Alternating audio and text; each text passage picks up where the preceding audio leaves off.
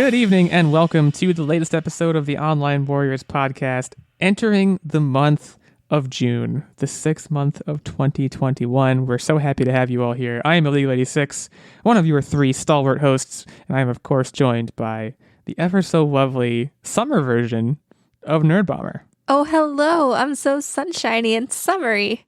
Yeah, I feel like it's the same as the regular version, but still sweatpants.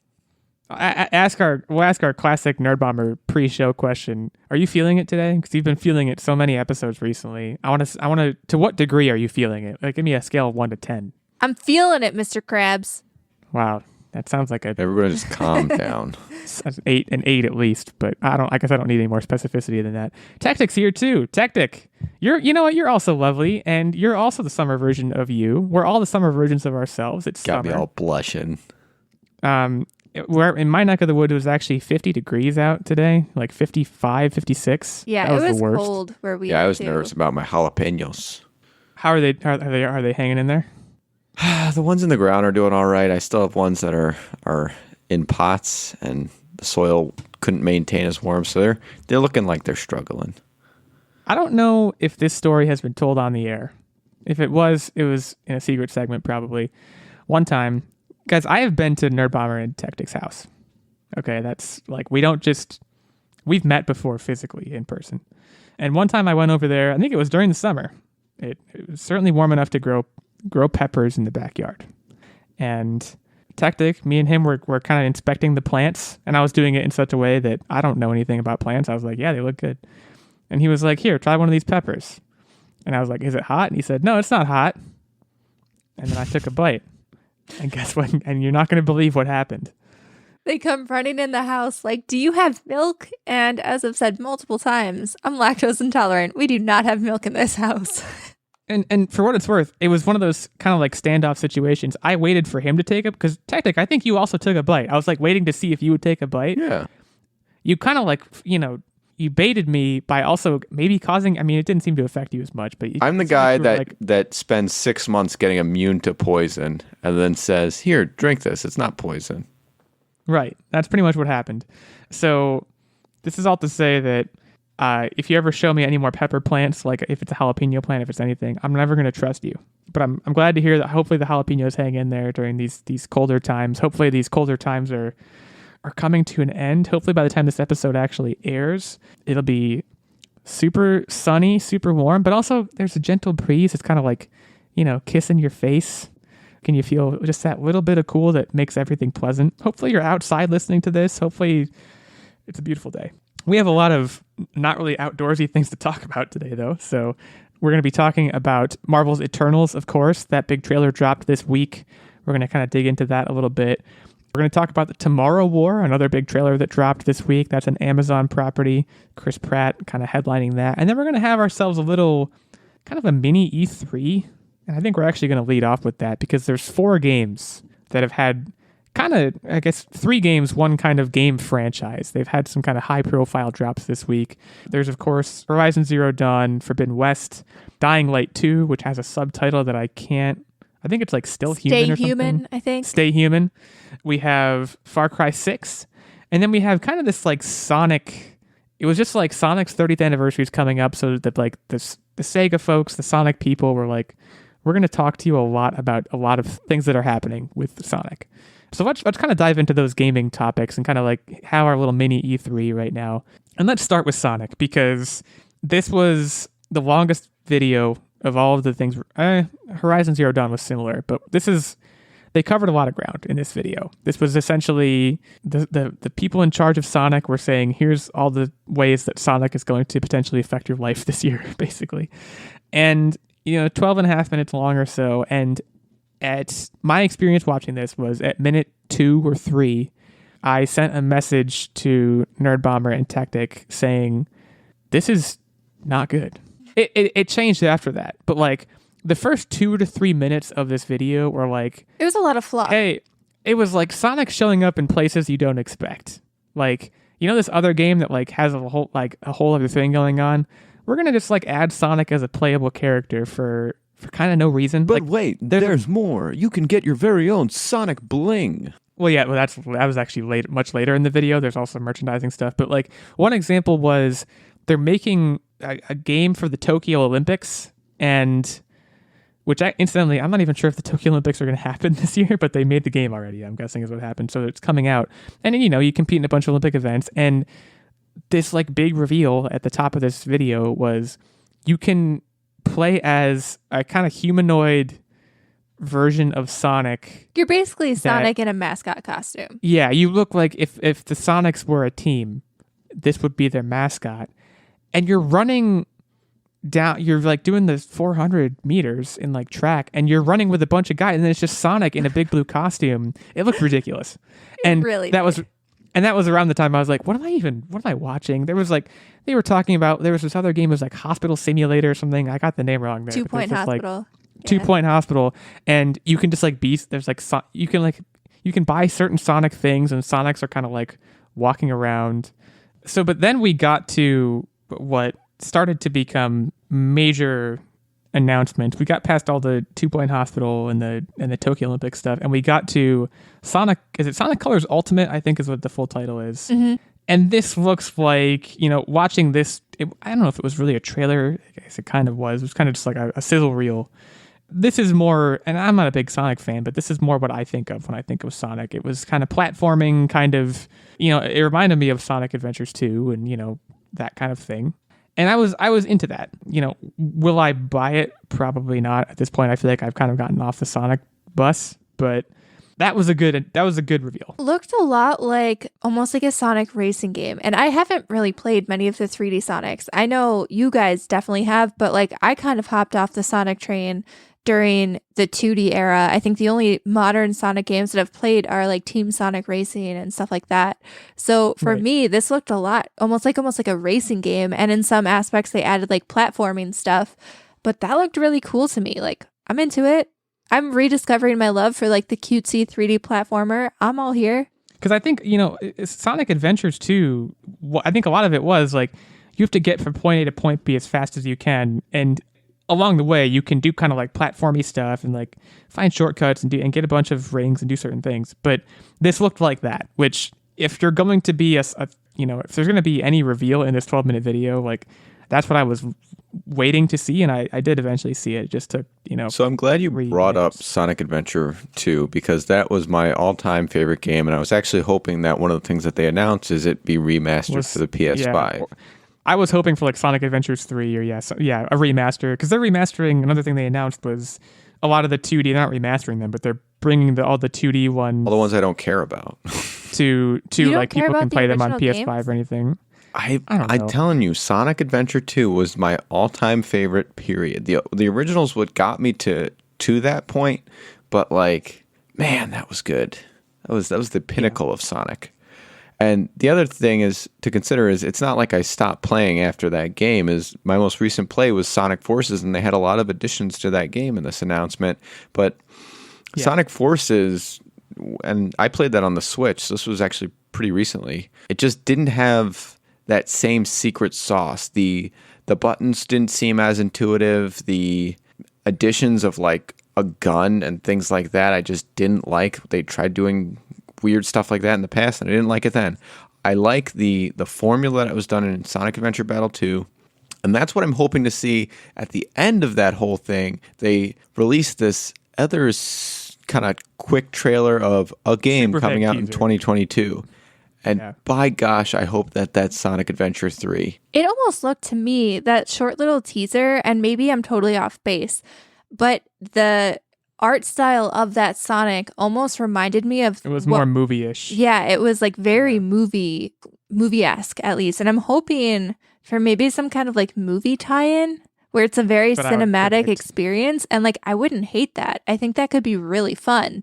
And knowing how big the movie ended up being, I feel like they're going to throw a lot of effort into that game. So hopefully we don't get like another shoddy, no offense to all of the other Sonic 3D games that came out recently, but like, it could be a really fun game if they put a lot of effort into it. I don't think it's going to be the movie. I still think it's going to be what I said it's going to be. And the reason why I think that is because cutscenes. What made that game so good was the touching cutscenes. I still, to this day, remember the scene at the end of the game where Shadow looks back and he says, "Sayonara, Sonic the Hedgehog," and then walks away. I'm just like, oh my God, he's so cool. He's so cool. For me, and have we all seen the Sonic movie at this point?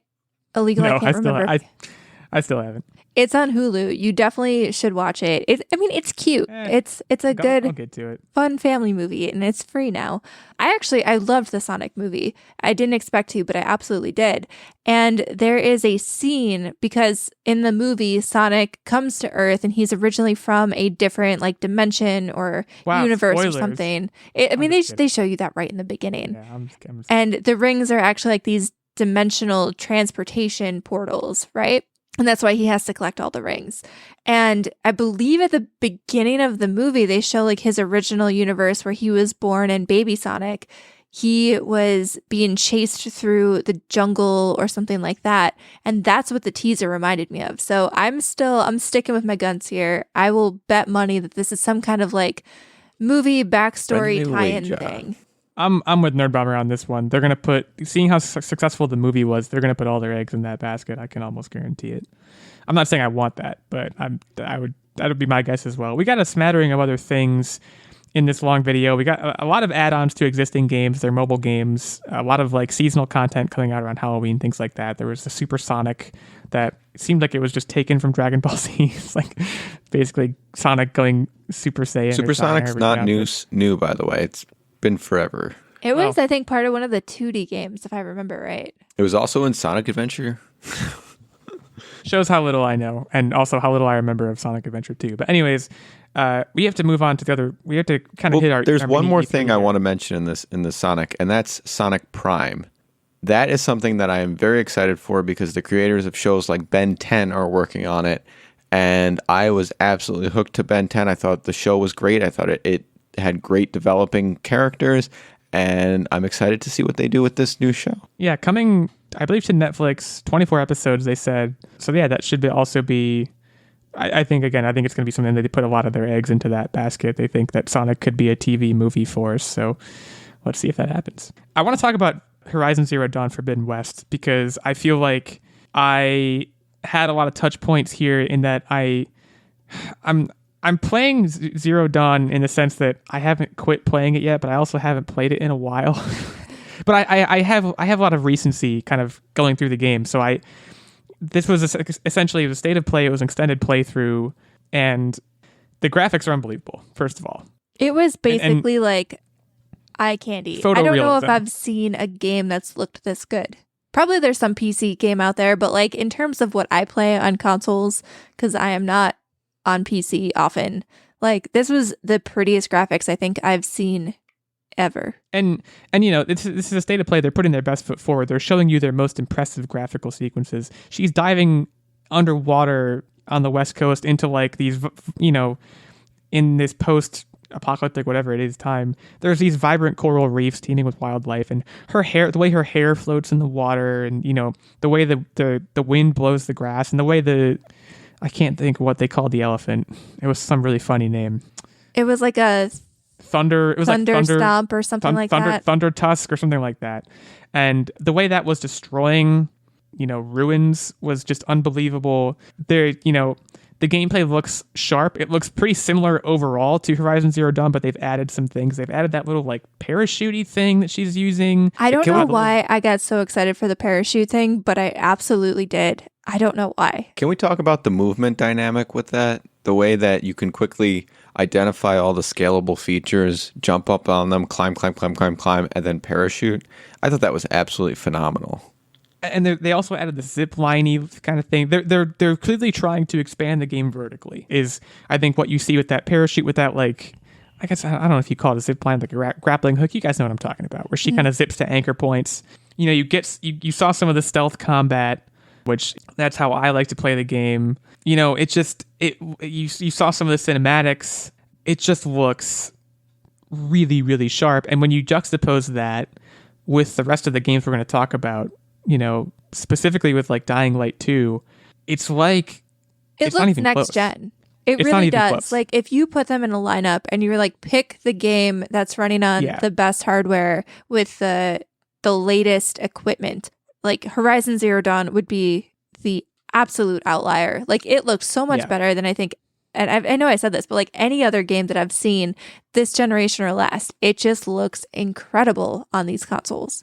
Yeah, they've redesigned the heads-up display a little bit too, which I feel really no particular way about that. Just something else I wanted to mention. It looks like you're going to be maybe getting some new ammunition types, although maybe I just haven't gotten far enough in the first game to know maybe those types exist in the first game too. I wouldn't know. But all in all, it looks really, really sharp.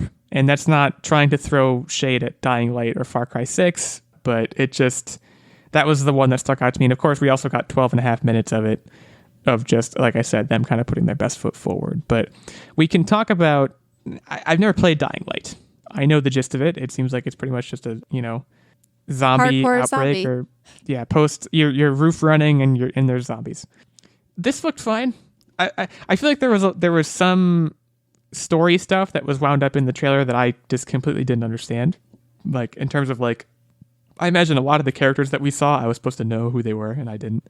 But I don't think so. I know fine. Techtic, you like dabbled in Dying Light a little bit when it came out, the first game.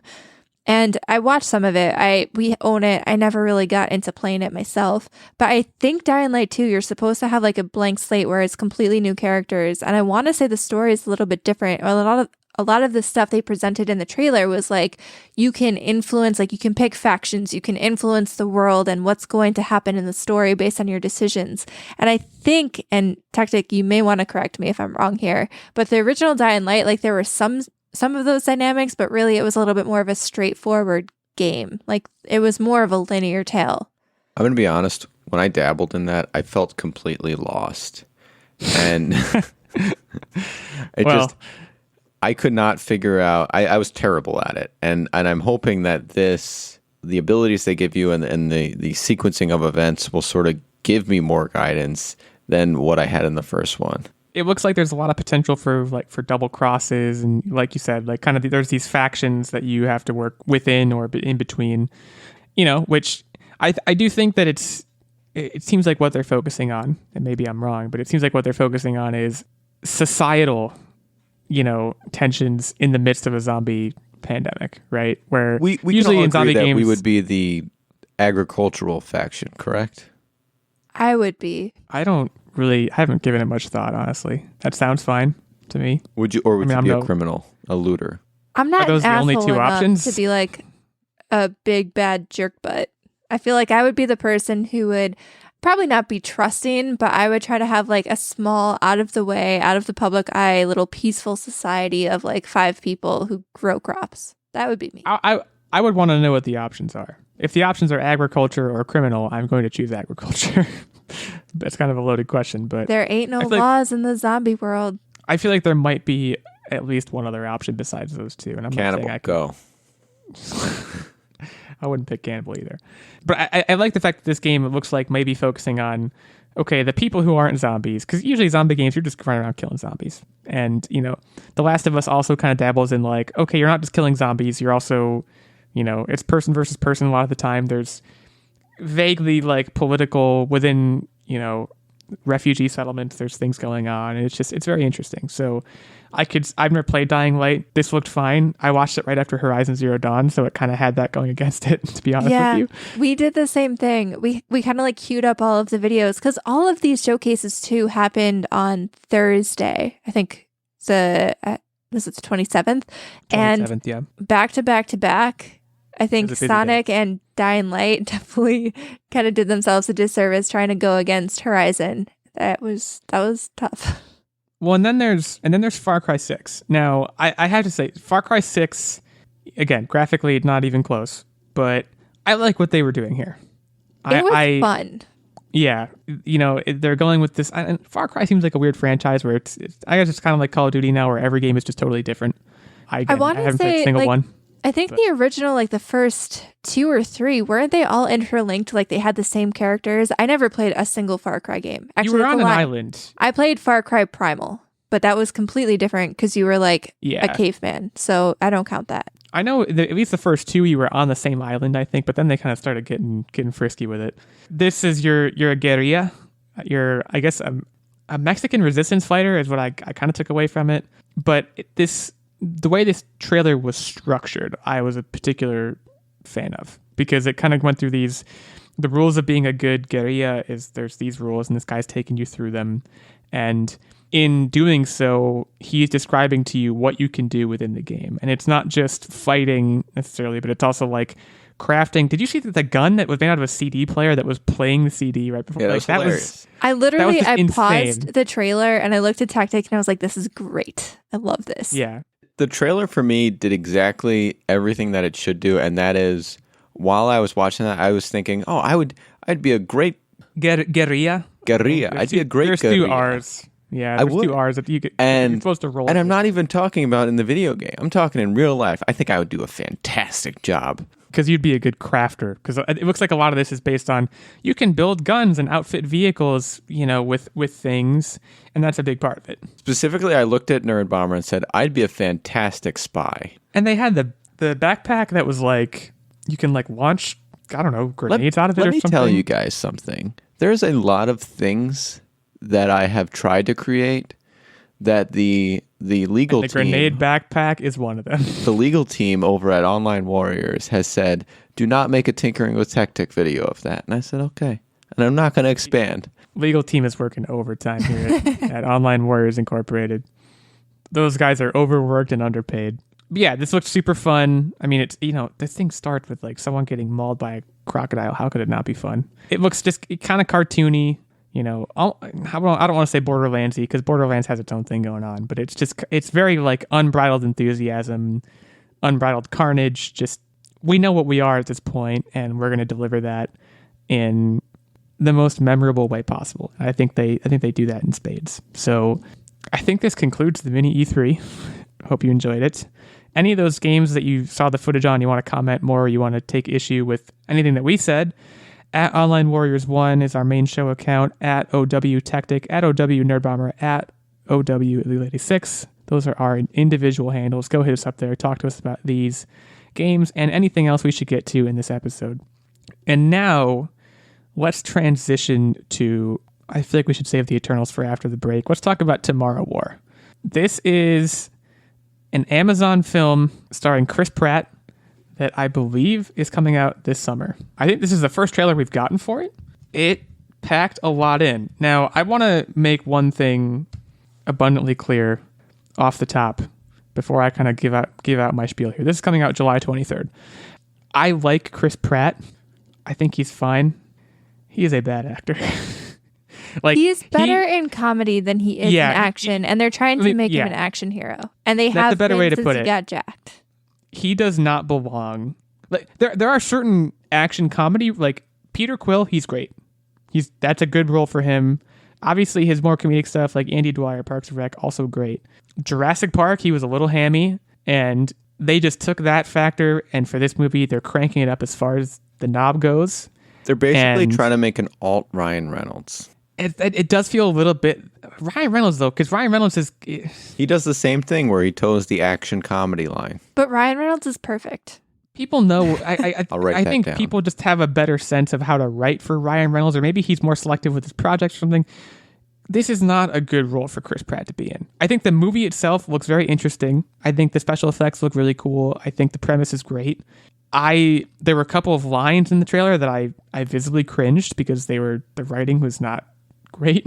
I didn't think. Well, I think the problem with this is that it seems like it should be a more serious movie. Like you have people like Yvonne Strahovski's character who seems like very serious, like this is a very important war and we need to do this to save the future of the human race. And then you have Chris Pratt making like one-liners. And it's just a weird juxtaposition of, is this supposed to be a serious action movie or is this supposed to be like one we kind of chuckle at? Haha. Like, what is this? I don't think it's even that. I think it's just like the whole like, I don't know, the whole like, are you, Dad, you to go fight the war? Yeah, honey, I got drafted so you wouldn't have to. It's just like, I don't know. It's just, I think I get what they're going for. What they're going for is, I think they used to make movies like this and they used to hit so well.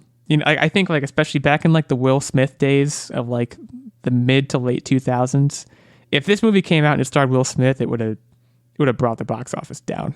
But we might be past this, and also Chris Pratt cannot do it. That was like, those were the two things that I was thinking repeatedly as I watched this. But, you know, I don't know if I feel so strongly that he can't do it.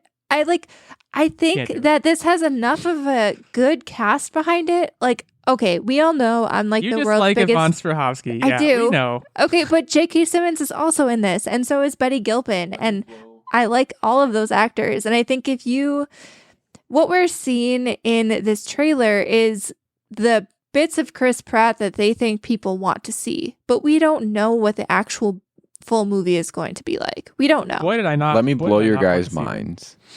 It's a modern day Starship Troopers. Never saw it. Here's the premise. Everyone goes to war to fight a bunch of bug-like aliens. Did they travel into the future? There was no time travel, but it's kind of the same, let's go get them. You had said that they used to make movies like this, and that's exactly it. They made a movie like this. It was Starship Troopers. That's the other thing, too. The time travel element. So, okay, the premise is, and to be clear, I like the premise. But the premise is humans traveled back in time to get other humans to come and fight a war. There's Against a paradox. aliens. No, I know that. There's a paradox, a temporal paradox crawling around in there somewhere. But even disregarding that, if you are humans and you have uncovered the ways and means of time travel, wouldn't the humans from after the war travel back and say, you can win the war, here's how you do it? Well, that's the thing. I think the reason why they're trying But they haven't won yet. Right, They're but saying we need you to win. I think the premise is that they think that without doing this, they know that the war is going to lose. And again, this is the one thing that I don't really like in time travel. There's so many different ways that can explain this stuff away. Like, is it that if you go back in time and you change the past, it doesn't impact the future? Because there's that theory of time travel. Or is it one of the time travel methods where if you go back in time and you change stuff around, then that will impact your future? Because technically they could say then, hey, you know, people from the future came back and told us that, you know, we're already going to lose. Right. So now we have to go back. Right. Right. So now we have to go back. But like I said, I would just think that if I was in the situation where I was fighting the war and like no humans from 20 years in the future had come back and said, we win, here's how you win, I'd be like, we lost, because otherwise we would have come back and told ourselves how to win. You know what I mean? Time travel's stupid. Well, what I think the movie is going to do, and I really hope I'm right, because this is the only way I think it can redeem itself, is I think they don't know what the aliens' weaknesses are, and then somehow, some way, Chris Pratt is going to be like, oh my God, it's water, or something stupid, right? Yeah. Oh, signs. But then he's going to use his like, wristy thing to go back in time and go, guys, it's water. And then they're going to go, oh, yeah, okay, my bad. And they're going to do it. Maybe. I don't know. It reminds me a little bit of Edge of Tomorrow, which was a great movie, by the way. Fantastic movie. That's not time travel, that's time looping. But he winds up that's kind of what happens in that movie. This movie has to be, at least there's a certain standard here, because the background of this movie is before it was slated for Amazon Prime release, this was actually supposed to be a movie released in theaters in 2020. Like, this was a fully funded Paramount production, and the only reason it didn't hit theaters was because of COVID. So Amazon bought the rights to it because they didn't know when theaters were going to reopen, and Paramount just, you know, took a gamble and they didn't want to lose money on it. So like at one point, this was supposed to be a big theatrical release. I like to think, and I know we've seen theatrical releases that like they don't explain these things thoroughly and they suck, but I'd like to think that there was some thought, especially when you look at how big this cast is. I don't know. To me, it looks like a fun summer blockbuster that doesn't feel the need to do what you're saying it needs to do, which is explain stuff. I think, and it does, you know, it doesn't surprise me to hear that. And it's going to have high production value. It was originally slated for a tentpole summer release. But, like, you know what else was like Skyscraper. Like, that was kind of like a big summer blockbuster thing. And that movie was the dumbest movie on earth. And I saw it. I think this movie might, I don't know if it's going for that niche. I think it's probably going for a little bit more of a broad audience than that. But I don't know if they're going to feel the need to like be rigid about their time travel rules or explain anything. I think they're just going to be like, let's all go have fun and watch Chris Pratt kill some aliens and like Techtic said, figure out that they can't handle water or something. Which And you know incidentally, what? isn't that how War of the Worlds? Or what movie? Signs. Oh, the Signs. Yeah. Great movie. Sorry, spoilers. Come on, aliens. Come on. Like Yeah. If you're going I- to attack a planet, don't pick the planet that is 90% what the thing that you can't survive against is. Well, I think the thing that confused me about science, and now we're getting into a little bit of a divergent topic here. That's okay. And this is kind of a spoiler. If you haven't seen Signs, I mean, come on, what are you doing? It's a really old It's movie. an absolutely. like, It's a fabulous movie. You should go watch it before we spoil you more. Just Yeah. pause the podcast right now. if you haven't seen Signs, skip ahead like 30 seconds because as of now, I'm going to spoil the ending. In Signs, you know, the They were alien. dead the whole time. No, in Aliens, the aliens have been around for like a while, you know, when they get to Mel Gibson's house, his family farm. You know, it's not like that's the first Right. time they encountered water. Most of our planet is ocean. You would think one of the aliens would be like, "Oh, hey, guys, we're all dying when we step into this liquid. We should probably head out here. Most of this planet is made of Well, this." but they might have been like, the humans will never figure out that we can't handle water. They're just going to freak out. And we did, for the most part, for a while.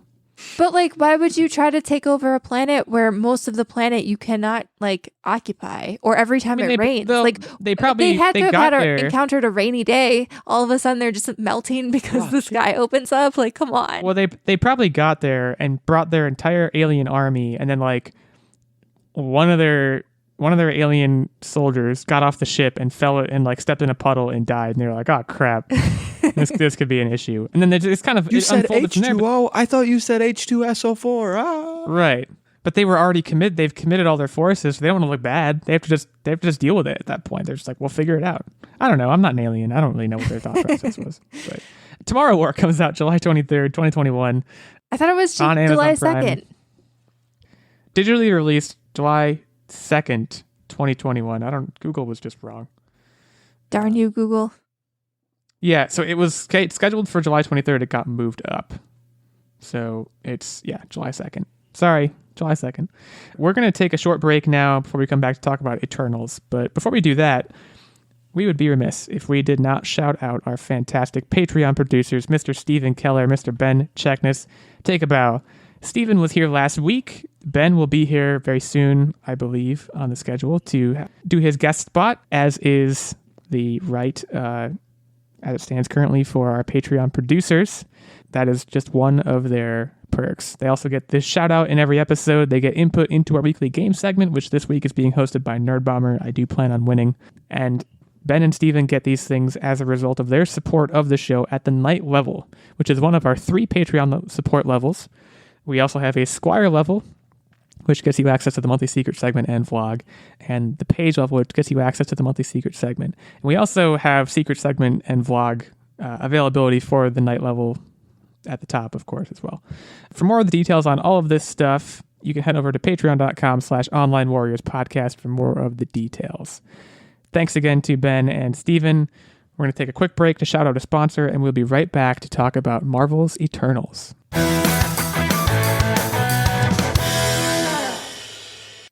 Today's episode is brought to you by Brush. Brush is an electric toothbrush that will change the way you think about brushing your teeth.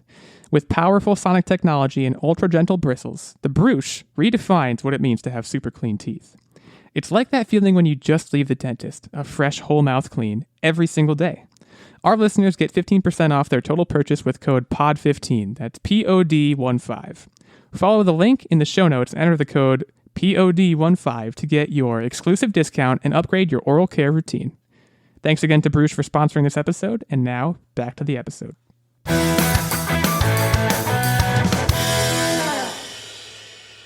Okay, Marvel's Eternals. We got the first trailer for this week. This is the one that's been kind of teased for a while. Angelina Jolie and a bunch of other people are in this. I don't know what's happening. I don't know how we got here. I don't know. Like, this trailer was such an interesting mix of, it was a long trailer. It was like 2.5 minutes at least, I think. A lot of famous people. Kumail Nanjiani, looking ripped. Richard Madden from Game of Thrones. Kit Harington, also from Game of Thrones. Angelina Jolie, I mentioned. It just, I don't know what, they seem like they're gods. Yeah, basically. What's happening? So they're coming to, I don't even know where we are in time and space. Because at one point they referenced the fact that Steve Rogers is gone, so the Avengers needs a new had. So presumably they're present day, but it doesn't look like are they on Earth? That big like rock ship thing shows up. Richard Madden's looking out the window, looking fine as hell, by the way. Richard Madden's one of the most attractive men to me, just in the world. That's neither here nor there. But they're doing this whooshy hand thing where these gold things are coming out of their hands, and it seems like they're these arbiters that only intervene when things get really bad. It's kind of the premise, right? They basically said, we haven't intervened until now. You would think they would intervene, around Thanos time. So whatever's after Thanos must be really bad. That's, I guess, kind of the implication here. But Techtic, can you shed I hate to lean on you repeatedly for comic stuff, but can you shed any light here on what the deal is? First and foremost, the Eternals are a group of beings that are sort of have been around forever, just protecting Earth. They've been eternal. And just kind of watching. They're immortal. They have super strength. They can fly. They can teleport. They have a bunch of other abilities. And from what I've read, the main thing that sort of drives them to intervene is a battle, like battles against the quote unquote deviants, which is their evil counterparts. And so that's who I theorize is going to be the bad guys in this. Like I said, they're these indestructible beings. You can't even drown them because they can allegedly absorb the oxygen from the water to breathe while you're trying to submerge their head underwater.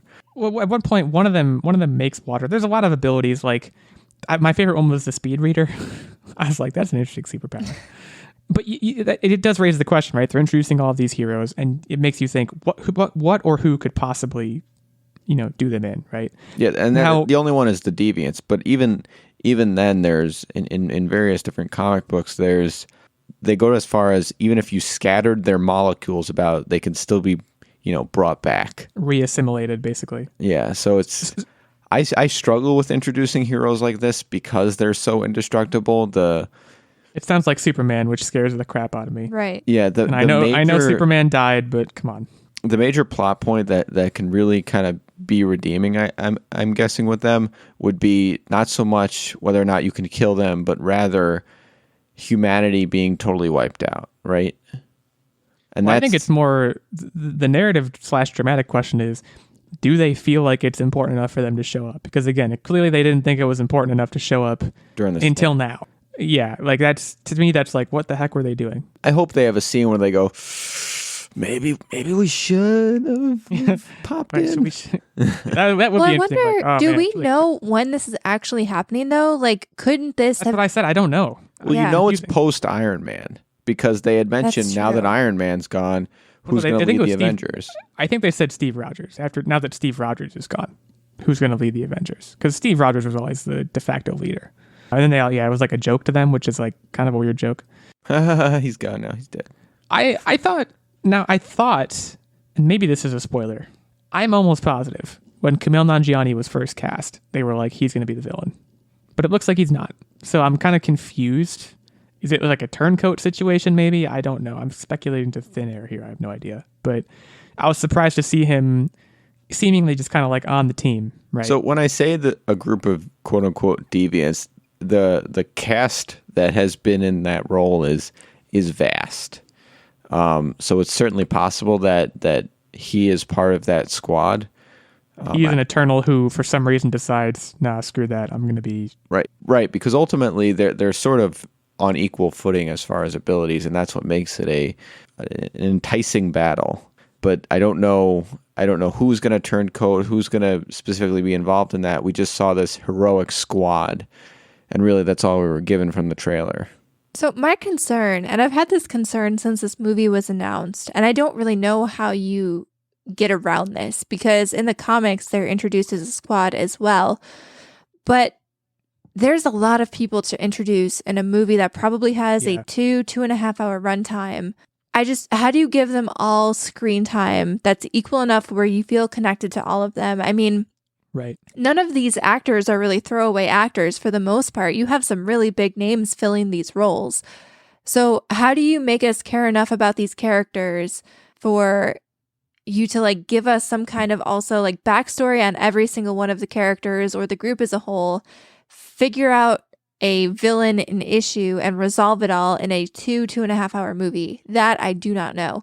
And it's not unheard of, because like Guardians of the Galaxy, they kind of did that and they succeeded. But this feels like a bigger undertaking, and I don't know why. I think it's not as, even though it's a large group, I don't think it needs its whole backstory, because they were all sort of granted their made abilities together. the same way, right? Made together in the same fashion. So it's not like each one has its own unique backstory. The only uniqueness in their story is kind of where they've been hanging out over the last couple millennia. See, but I'm with Nerdbomber, because, and yeah, you're right, Guardians of the Galaxy did it. But the most effectual MCU property, and probably the most effectual ever MCU property, is going to be the Avengers, and probably the first movie. And the thing there was, when you have a team of heroes, they're all heroes in their own way. What's important is how they work together. That's the whole kind of morality, or not morality. The moral of Avengers is they were able to work together, and so they won. And if they hadn't worked together, they would have lost. You have all these people coming together and being greater than the sum of the parts, but you need to know the parts. And we got whole movies to introduce those characters before Avengers happened. And if we don't get that with the Eternals, I share your skepticism, Nerdbomber. I don't know, and especially considering how powerful they are. But once you do one backstory, how do you really, how do you repeat that with that group, knowing that it's going to be the same? But they all, obviously, like you've seen, they have personalities. They all went off and did different things with their eternal life, You see little snippets of what they were doing for all of this time when they weren't intervening, like their little hobbies and whatnot. Like, what were these people doing? And why did they not, like you said, why did they not show up during all of the other Avengers issues? I don't think I could fill other movies with watching a guy build Legos or whatever they do, whatever they're into.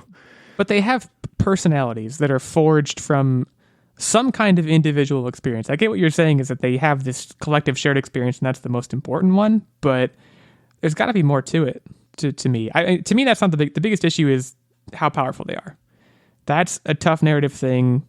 It's a tough dramatic thing. We've seen that with Superman. Again, I hate to use that example, but the last thing I wanted in the MCU was a character like that. I already feel like Thor is a little too powerful. Like, I don't want an all-powerful character. I don't want an all-powerful group of characters either. But I think the thing that they did well with Thor was that they made him kind of a flawed character. And I don't think he is that flawed in the comics, but at least in the movie adaptation, they made him kind of like an uncertain character. And they kind of didn't neuter him, but his own like personal mental afflictions, his self-confidence issues, and all of that kind of stuff helped offset the fact that he was this all-powerful god. If you want to talk about neutering, you talk about Captain Marvel. She got neutered. Whew. Well, she's another one who, she's, and her and Vision. There's a bunch of characters in the MCU where that's a struggle for them. Is this character is too powerful? We have to figure something out, and they managed to do it. But now Captain Marvel, maybe not so gracefully, but yeah, I mean, they basically said she wasn't around for this. But now they're making these all-powerful characters the tentpole of the Avengers moving forward, it seems like. And so, like, where does that leave people like Spider-Man? And I'm trying to think, like, new Hawkeye girl who we'll get introduced to eventually. Like, where does it leave those people? New Captain America isn't even a super soldier. Exactly. Like, what chance does he stand to even be a thing? Like, they're basically going to be the sidekicks, and I know they're trying to build up these characters as like, oh, they're the new Avengers, but when you have these all-powerful characters, they're going to be relegated to the sidekick role because they they don't have magical, mystical powers. And I know that the comics have figured out a way to ford this river. I just don't know what it is. And technically, maybe you do, and that might take too long to explain. But well, I mean, I think comics in general, it's a different medium. Yeah, and I read DC more than I read Marvel, and I'm not a big comics person. Techtic, obviously, you can tell me that I'm wrong, but from my perception of it is that most superheroes, like, yes, you do have like your Justice League, you have your Marvel, but at the end of the day, most superheroes have their own individual comic book run, and then there's crossover titles. It's not like we're building this character specifically into this universe to culminate in this epic final crossover thing like the movies tend to do. Like, there's still individual runs for all of these heroes where it makes sense, like, you don't have these type of issues. There's team ups, but you don't have this type of issue constantly. I've said it before and I'll say it again. When you have these absolutely powerful villains coming up, and then you have these people with no powers fighting. Do you want to know how comics book take care of them? They kill them. They go splat. So you think Spider-Man's going to die? I've told you Falcon's going to die, and I stick to that. Well, that one tracks, but Spider-Man they're not going to kill. He's much more powerful, significantly more powerful than Falcon. So I think he can hold his own. Is he on the same plane as the Eternals or the Deviants or Galactus? Or goodness, no. Right. That's kind of the point. But I think they're going to be sort of in their own little bubble of a battle in the same vein that the Avengers to Thanos were. Like someone has to be the ground team and someone has to go take up like the supernatural powers. Yeah, I guess. Like we're talking celestial type beings here. You know, they're not. They're gonna hold their own. This is gonna. Don't get me wrong. I love the MCU. I love DC Extended Universe. I love how superhero movies have evolved. But don't you guys miss the good old days of like Tobey Maguire Spider-Man? Yes. Yeah. Just, localized, standalone. Why do you think for the most part movies? Batman doesn't leave Gotham City? And like his best comic books are the ones where he's focused in Gotham. And he has his rogues gallery of there's no gods. There's no. And yes, guys, I know he leaves like in the Justice League and all that other stuff. He has these super powerful beings. I know that. But the best comics are where he doesn't leave Gotham. Yeah. So, Marvel's Eternals. November 5th, 2021 is what came up on Google. Hopefully that one's right. Directed by Chloe Zhao, who did Nomadland, which I recently watched, and starring a lot of famous people whose names we already said. So be on the lookout for that. Let us know if you share our concerns, because I think that's what a lot of what we just talked about was concerns, but it should be something either way. What have we been up to? I'm going to go first this week because I want to talk about the Friends reunion. I did watch the Friends reunion. It came out yesterday. Is it good? It's worth watching. It's a little it's tough because first of all, I'm a casual Friends fan at best. Like I've probably seen most of the episodes, but A, I don't know that I've seen all of them end to end, and B, like I'm not a diehard. I understand a lot of the references, and there's certain episodes I've seen many times, but like I'm not a diehard fan. It was cool. There were good parts and bad parts. It's 2 hours long, so it's kind of manages to be a mixed bag considering how long it is. I do not like James Corden. I'm willing to go on record. I actually hate James Corden, and he was like the host. He was like the MC. I hate James Corden. You know who didn't age well, by the way? None of them did. Take that back. Jennifer if you want to get into that, aged amazingly. She has aged maybe the worst. No way. I thought Chandler watched the reunion. The worst. He aged poorly. With him, it's the drugs. With him, it's a lot of it is the heavy drug use he's gone through. The person who I'll tell you who aged maybe the best. Lisa Kudrow aged pretty well. David Schwimmer aged very well. Matt LeBlanc is fine, but he just looks like someone's dad. Can you call them their friends' names? Joey. Joey looks like someone's dad. Like the way the reunion is structured is they walk in individually, like one at a time, and they walk into the set. They reset up like the whole set of the two apartments. Ross aged well. Ross aged well. Phoebe aged well, and Joey aged okay.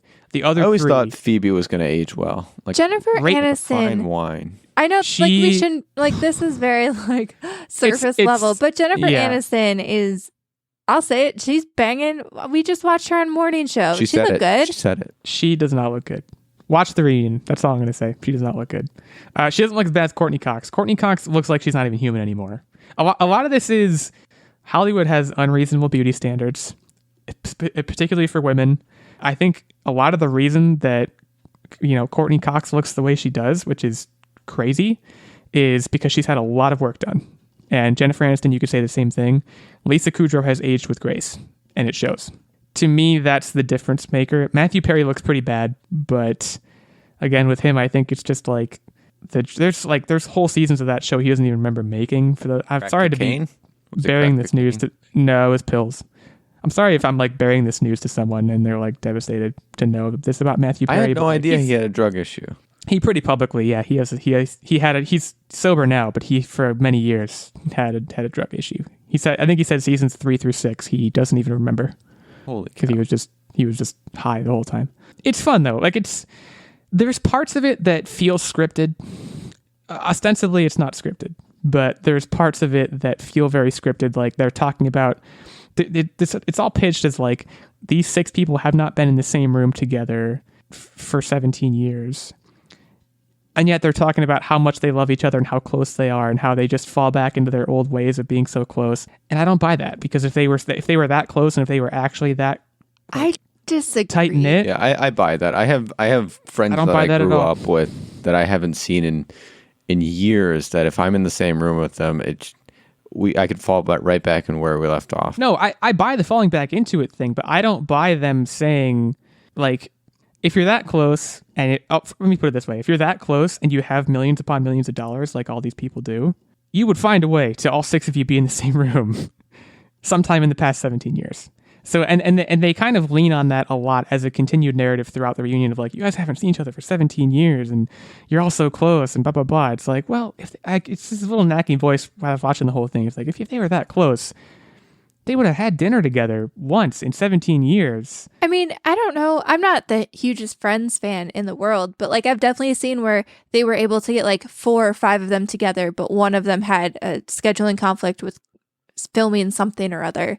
So I totally get that. I mean, they can heavily lean on the fact that all of them haven't been in the room together, but that's not saying that they haven't seen each other in like small chunks just because they all weren't there at the same time. It's worth watching. They go through a lot of old clips and a lot of old bloopers, and it's really fun to watch.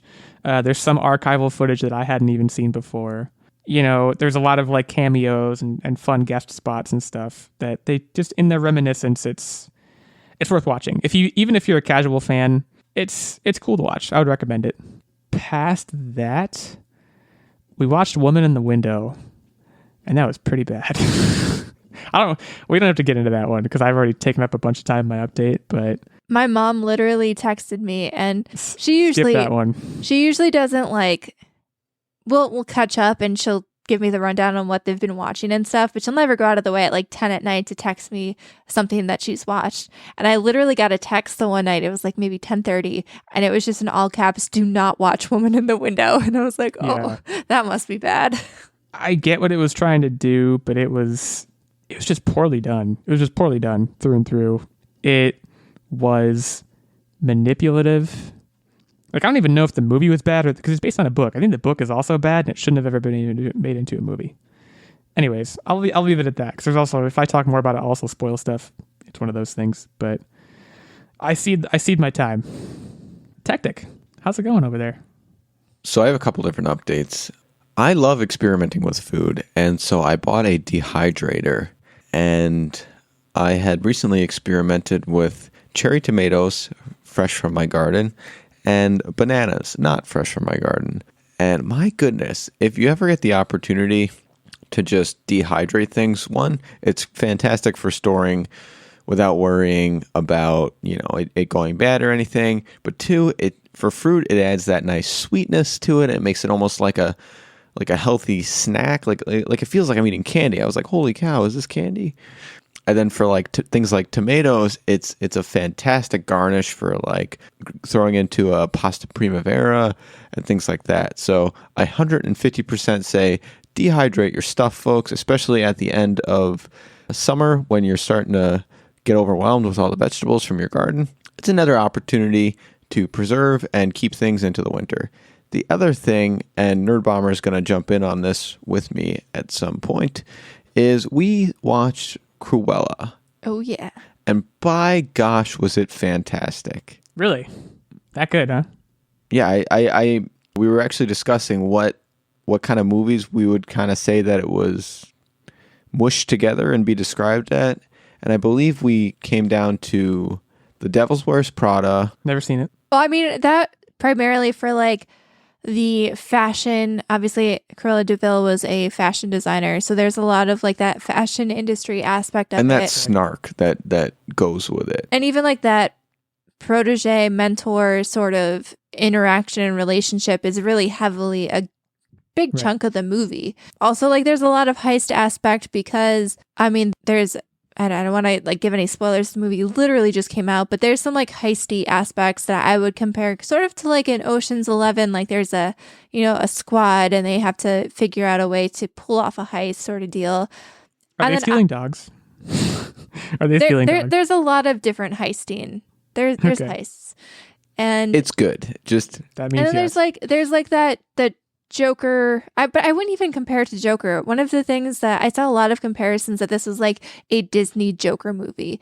And there were aspects, like in terms of a Disney she's an movie. People see her as an anti. Basically, you watch Right. her slip into this mad. But this I wouldn't maddening even role. call it like madness is the thing. Like she wasn't as bad as the Joker. Like there was just nothing that was as bad as the Joker. If anything, we were talking about her, this after we finished. It's more like Harley Quinn, where she's not even crazy. She's just like cunning and figures out ways to get what she wants. She it's like unchecked ambition is what I would say. The first 2/3 of the movie, I would say it's slipping into madness, but in the last third, I'd say she finds herself. So I could see the Joker comparison in that point, but in the end, I think she always kind of, after the fact, she kind of knows who she is and where she belongs and what she's got to do. So now it's just a woman with a purpose. And like the fun thing about this too was, I mean, if you watch the Joker, and this is why I don't think it was a really good comparison, you watch the Joker and like you feel for the Joker, but you don't like the Joker. Right. You watch Cruella. Well, some people did, but that's a whole nother discussion. But he's not really But you like him as you like don't a pity. root for him. It's a pity like. Yeah, like you feel bad for him, but you're not rooting for him to meet his end goals. You watch Cruella and you want her to succeed. Like she becomes a very likable anti-hero, and I enjoyed it as someone who really loved 101 Dalmatians, and Cruella de Vil was just this evil person who wanted to steal and kill puppies. I really enjoyed this movie.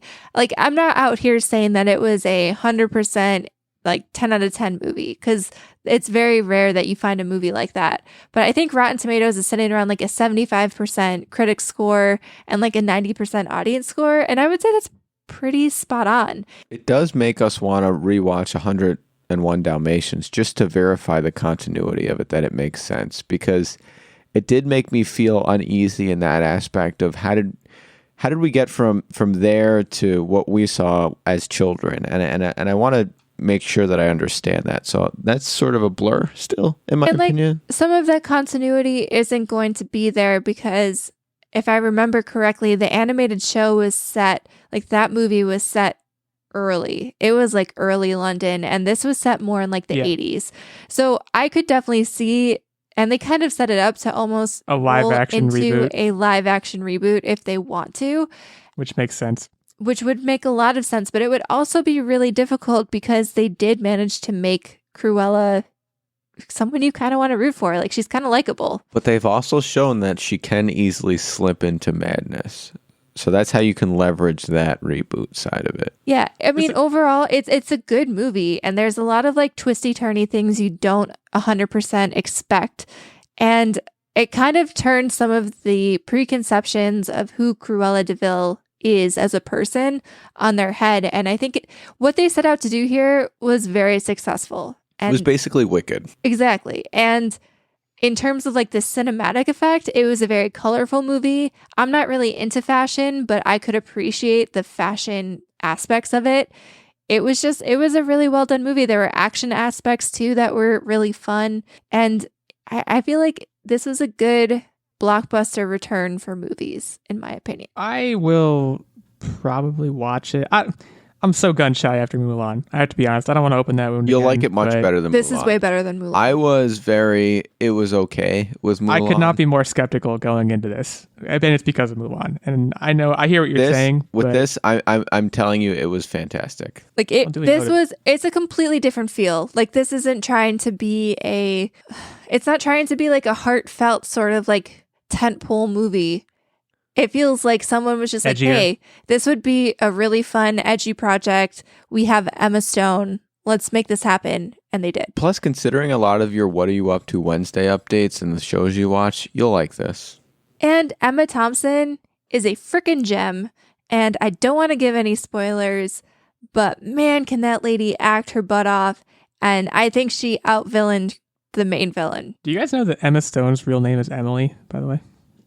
Just wanted to throw that in there. I didn't know that. I learned that the other day. Figured out just, because she's kind of involved in this. Did you know that Winnie the Pooh's real name is Winston Pooh? I did not. Is that real? That's basically what you just said. Fair enough. Nerdbomber, anything else to add to your update this week? The other thing that I did want to add, I haven't been able to play games because I sprained my wrist, so I've been kind of laying off because it's hard to hold a controller. But I did blow through The Girl on the Train, which is a book I picked up back in like 2016 or 17. I stopped reading that one. I got a few chapters in and it was just too depressing, so I stopped. It's one of those books, and like it was a page turner in that it was a quick read. And it didn't take me that long to read. Like, it was something that I think I read in like a day or two. So it didn't take me that long. But none of the characters are likable. And main character is a complete mess. Yeah. In that book. The most unreliable narrator in the history of narrators.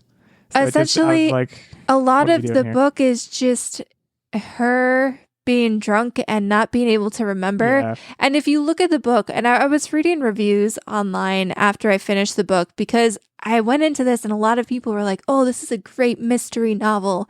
And I had called the twist like probably a quarter of the way into the book, probably even before that. And I was like, this was not a great mystery novel because I solved it. And it just took a long time to get there to confirm that I was right.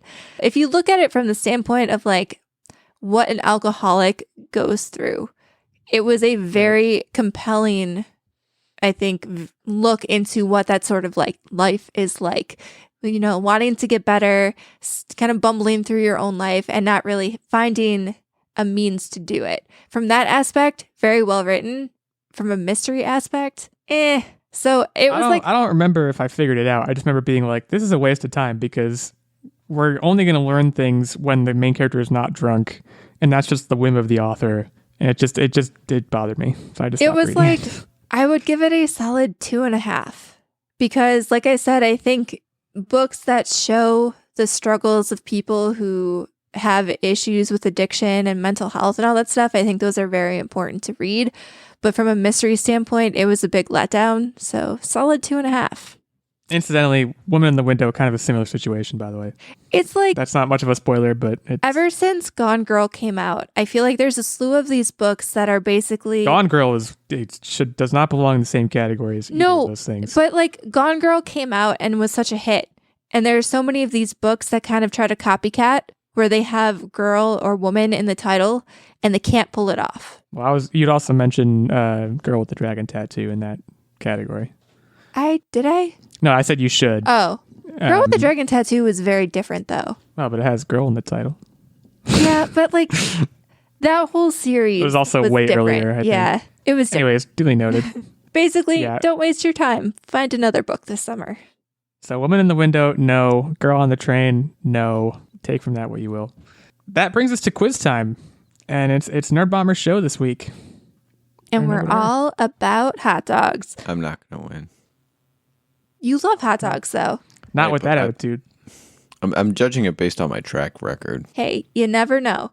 So I'm 7-2, Nerdbomber 7-2, Techtic 4-4. He's hunting for a win here. We're going into, this is coming off the heels of Memorial Day weekend, which is kind of like the start of hot dog season in the United States of America. If you are an American listener, it may be hot dog season worldwide year round, but like questions that try to deter people from eating hot dogs, like how many different body parts, and the answer is 10,000. No, actually, I think I found ones that were pretty interesting, so I'm very excited about this. I have 5 questions, but some of them have like twofers in them, so there's a lot of opportunity to redeem yourself in this quiz. So I'm very excited.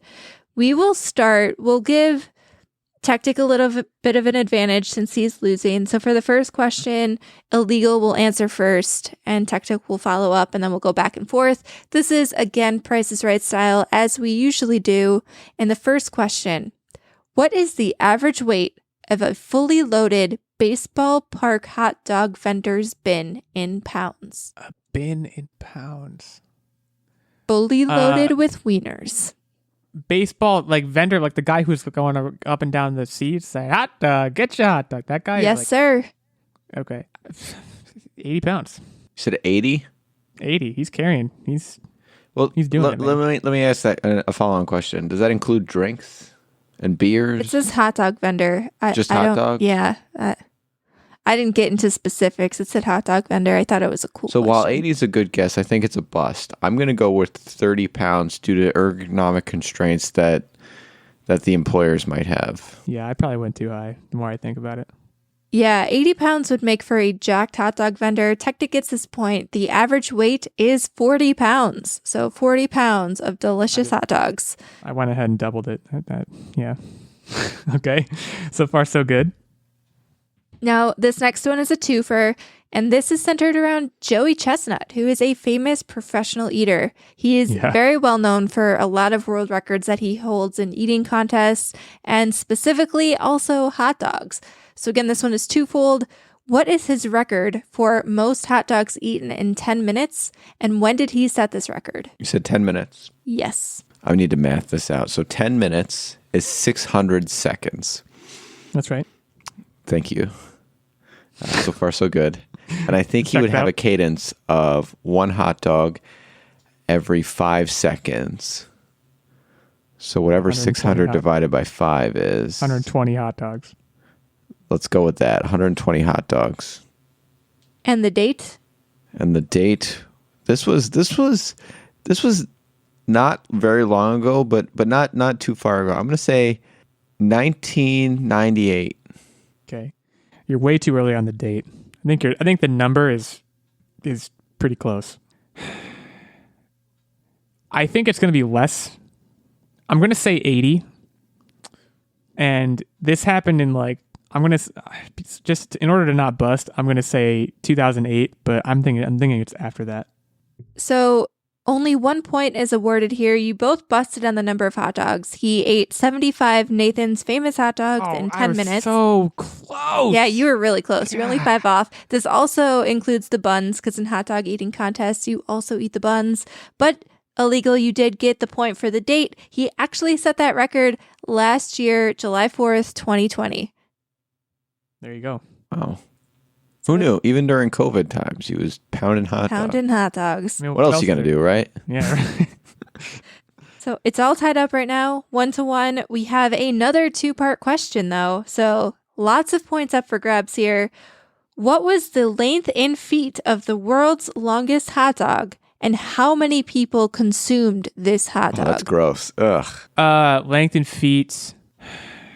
It was 80 feet. I'm just liking that number a lot.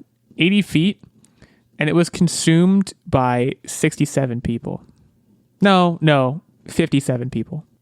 All right, so a hot dog is limited by the length of its casing. Its casing is limited by a length of, let's say, an intestine. Assuming it's all natural casings, and not synthetic. I'm gonna go. 80 feet. I feel. How long is an intestine? Our intestines like 200 feet? I'm going to go 81 feet. Playing dirty. How many people? I think it's lower. What did you guess, Illeagle? 57. I think it's lower. I'm going to guess 1. All right, you're splitting the points here, guys. Techtic gets the length of the longest hot dog. It was 668 feet, so he gets a point for that. It was actually made by Novex SA and served at the Expo Feria 2011 in Paraguay. On July 15th, 2011, it was then cut into 2,000 portions and given out to guests to enjoy. So Illeagle then gets the point for the number of guests. I really wanted one guy just going to town on it. We weren't even close, basically. So I'm still down by a point then, right? Or no, are we tied? No, it's tied up again, 2-2. I have 2 more questions. These are not twofers. It's still anybody's game here. This one is a really fun day, or a really fun one. What a fun day, though. Hot Dog Day is a very fun day. It's good to be here. So as I mentioned, peak hot dog season runs from Memorial Day to Labor Day in America. How many hot dogs per second on average are consumed during that time? And Techtic is first this time because he one-upped me last turn. Per second. I'm going to go 600 per second. That's way too high. I'm going to go with 1 just because I'm pretty sure that's too high. Techtic takes it.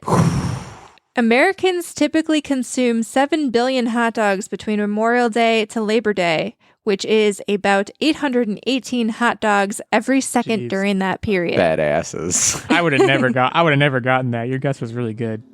That is a lot of hot dogs. Well, I know how many I consume per second. 818? 2. Wow. Every Pretty impressive. second between Memorial Day and Labor Day. He's just constantly wolfing And I hot even have dogs. kraut on my dogs. Oof. This is the final question. It's I need 3-2. Illeagle could tie it up and then force me to look up another question on the spot. Techtic, spare me that misery. No. Okay. Well, LA residents, Los Angeles, City of Angels, they consume more hot dogs than any other city, beating out New York and Philadelphia. Oh, really? How many pounds of hot dogs do they consume In per what year. amount of time per year? 7 billion hot dogs in one summer across the country. 12 million pounds.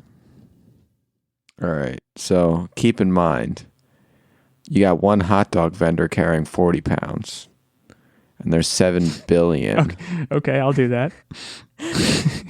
across America, and they're the most amongst 50 states.